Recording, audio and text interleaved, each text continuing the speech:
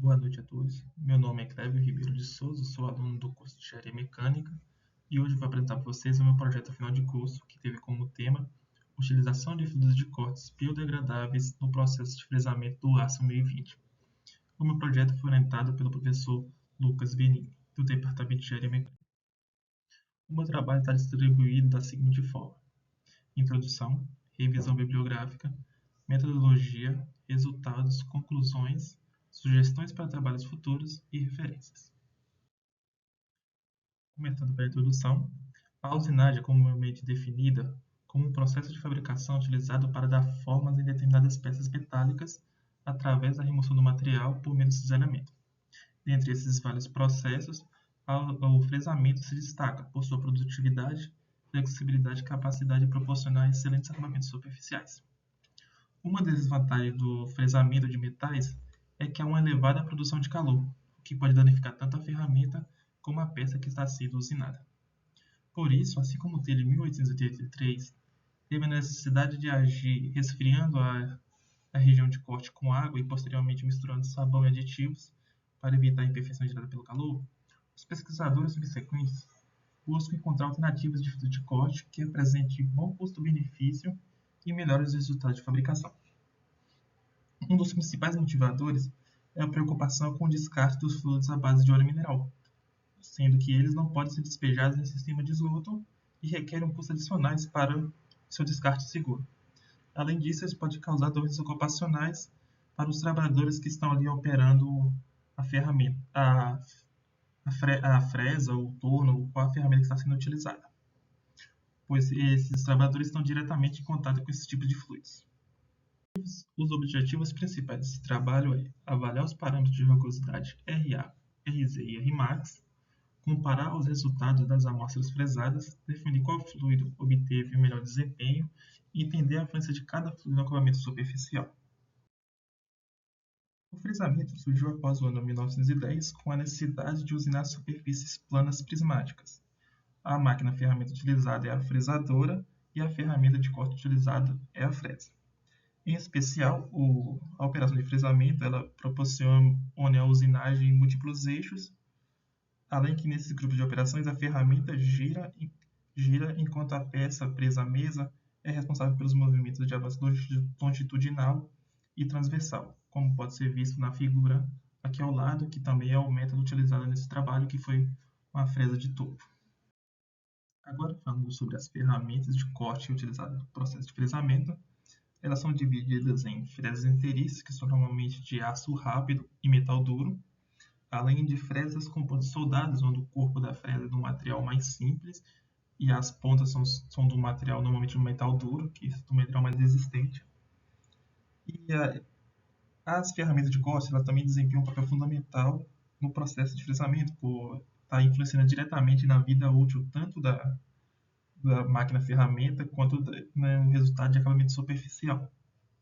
Há também esses tipos mais especiais, que são os insertos intercambiáveis, que normalmente eles são feitos de nitrito cúbico de boro, que é o CBN, diamante policristalino, PCD, que são casos mais especiais e apresentam preço elevado, e tem mais outros mais teoricamente acessíveis, que são o carboneto de tungstênio, cerâmica e cermit.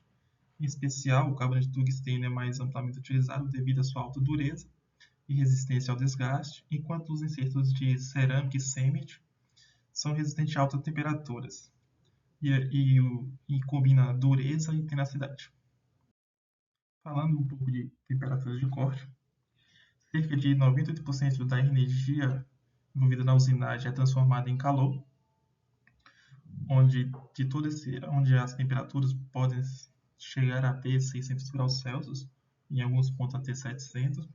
De toda essa temperatura, cerca de 75% é removido no cavaco, o que causa uma preocupação, pois esse cavaco não pode entrar em contato com o operador da máquina que está usando a operação de frisamento, pois pode causar danos a ele. Além também que a temperatura acaba afetando a peça que está sendo usinada, causando deformações tanto nela quanto o desgaste da própria ferramenta de corte. Falando um pouco dos fluidos de corte, os fluidos de corte são divididos da seguinte forma: óleo de corte, que é a base de petróleo de origem animal, marinha ou vegetal, que podem ser combinados com aditivos. Há também o óleo emulsionado, que é a mistura de óleo, sendo comum o uso de óleo mineral com água e utilizando um emulsificador. Há também o fluido sintético, que é a mistura de produtos químicos em solução aquosa. Há também o fluido semissintético, que é um híbrido entre óleo emulsionado e fluido sintético. Há também, agora vamos falar sobre os fluidos utilizados nesse trabalho, que foi o óleo mineral emulsionado, que será chamado como emulsão sintética, que é o mais comum utilizado e mais barato. Agora, os óleos alternativos e biodegradáveis utilizados, que foi o óleo de mamona, também conhecido como óleo de rícino, extraído da planta espécie Ricinus cumis, que é utilizado há milhares de anos. Para os fins industriais, a sua extração ocorre pela prensagem a quente das sementes. Se tratando agora da cera de abelha, que depois do mel é o segundo produtor em uma das atividades de apicultura, ela é essencial para o desenvolvimento da colônia de abelhas. A fim de curiosidade, é estimado que uma abelha produza cerca de 8 miligramas de cera e que para atingir 1 quilo é necessário que elas consumam cerca de 7 quilos de mel. Falando agora sobre rugosidade superficial, em geral, para se ter um melhor acabamento superficial, acaba acarretando em um maior custo, uma vez que é comum ter que recorrer a operações adicionais para tal. Desse modo, além dos custos, o tempo de produção também passa a ser maior. Portanto, adotar práticas e estabelecer parâmetros de usinagem que possam melhorar o resultado de fabricação, evitando operações adicionais de acabamento, traz uma grande vantagem econômica aos processos de fabricação. Agora nós iremos definir os 3 parâmetros que serão avaliados nesse trabalho. Começando por rugosidade aritmética, que esse trabalho será definido como RA, que ela é definida como a média aritmética dos valores absolutos dos afastamentos dos pontos do perfil de rugosidade em relação à linha média, dentro de um determinado comprimento de medição. Ou seja, ela se trata da média dos desvios de altura ao longo do comprimento L de uma superfície. Falando agora de rugosidade RZ, ela é definida pela média de 5 valores de picos mais altos e 5 valores de valos mais baixos, medida ao longo do comprimento L de superfície. Falando agora sobre a rugosidade Rmax, ou em alguns chamado de RT, ela se trata da distância entre o pico mais alto e o vale mais baixo ao longo do comprimento L. Nas figuras acima pode ser visto que foi retirado do livro do Groove a rugosidade RA. Na figura abaixo à esquerda, a rugosidade RZ e à direita a rugosidade Rmax ou RT. A tabela abaixo mostra a composição química do ácido meio 20, onde o número 20 é definido a partir da sua composição de carbono, que nesse caso pode variar de 0,18 a 0,23% de carbono. Seguindo para a metodologia, a máquina ferramenta utilizada foi uma fresadora Clark FFR45 e a fresa ferramenta de corte utilizada foi de aço rápido de 12 milímetros de diâmetro, como pode ser visto na figura abaixo e ao lado. O sistema de medição utilizado foi um rugosímetro Mitutoyo SJ510, onde ele tem um apalpador com ponta de 5 micrômetros de raio e resolução de 0,1 micrômetro. Esse rugosímetro é fixado sobre uma bancada de granito e também nessa bancada, onde inicialmente ele foi calibrado, como pode ser visto na figura, o calibrador. Aqui também pode ser vistas as amostras que foram fresadas, onde cada uma das amostras foi realizada 3 passes, variando as profundidades de corte, que serão descritas a seguir. Desenvolvimento dos ensaios. Os ensaios foram desenvolvidos da seguinte forma. Primeiro era realizada a fixação da peça, depois era realizado um passo de nivelamento para garantir que a superfície esteja nivelada para todas as condições de corte adotadas, e aí em seguida é realizado o passe com o fluido a ser avaliado, que foram emulsão sintética, cera de abelha e óleo de mamona. Posteriormente, é realizadas as medições no rugosímetro que foi mostrado no slide anterior. A aplicação dos fluidos. O fluido de emulsão sintética e óleo de mamona foi aplicado através do método de jorro, onde a emulsão sintética estava em uma garrafa PET e o óleo de mamona em uma seringa.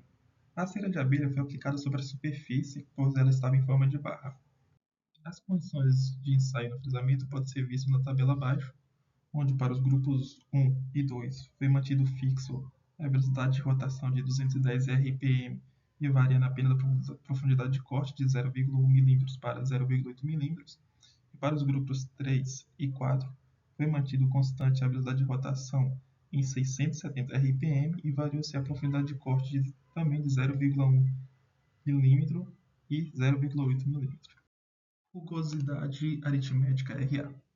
A partir do gráfico é possível verificar que o óleo de mamona obteve os melhores resultados nos 3 primeiros casos, nos 3 primeiros grupos, onde que a emulsão sintética só foi superior no grupo 4, onde se combinou altas velocidades de rotações com maior profundidade de corte, o que acaba se caracterizando como uma operação de desbaste.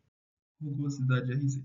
A partir dos gráficos é possível observar que o óleo de mamona se saiu superior nos grupos 1 e 2, sendo que no grupo 3 também se saiu melhor, mas ainda bem próximo da emulsão sintética, assim como no grupo 4. Rugosidade R-max. Aqui, a partir dos gráficos, é possível observar que o óleo de mamona obteve o melhor resultado em todos os casos, sendo seguido da emulsão sintética e, por último, a cera de abelha. Agora, falando das conclusões que foram possível obter, primeiramente para a cera de abelha. A cera de abelha não demonstrou bom desempenho, muito devido ao seu comportamento em temperaturas ambiente e, como pode ser visto na foto ao lado, o que resultou no enceramento da amostra, o que acaba em resultados piores de acabamento superficial. A emulsão sintética, se comparada com o óleo de mamona estudado nesse trabalho, gerou maiores valores de rugosidade sobre as condições de corte adotadas nesse trabalho. Enfim, falando sobre o óleo de mamona, ele mostrou-se alternativa satisfatória como um fluido de corte biodegradável. Isso pode ser atribuído às suas boas propriedades lubrificantes naturais, e o que acaba influenciando positivamente no acabamento superficial, se comparado com a emulsão sintética. Sugestões para trabalhos futuros fica realizar novos estudos com o ácido SAI 1020 e os fluidos biodegradáveis adotados nesse trabalho, utilizando outra ferramenta de corte. Realizar a caracterização dos fluidos utilizados, definindo a viscosidade ou outras propriedades de cada um deles. Avaliar a microestrutura da superfície e tensões residuais geradas com a aplicação dos diferentes fluidos de cortes empregados nesse trabalho. E avaliar a temperatura durante o processo de fresamento para os fluidos usados nesse trabalho. Por fim, temos algumas das referências utilizadas nesse trabalho, que pode ser vista aqui para ganhar título de curiosidade, se alguém quiser pesquisar. E é isso, com isso eu chego ao fim do meu trabalho. Muito obrigado pela atenção de todos vocês.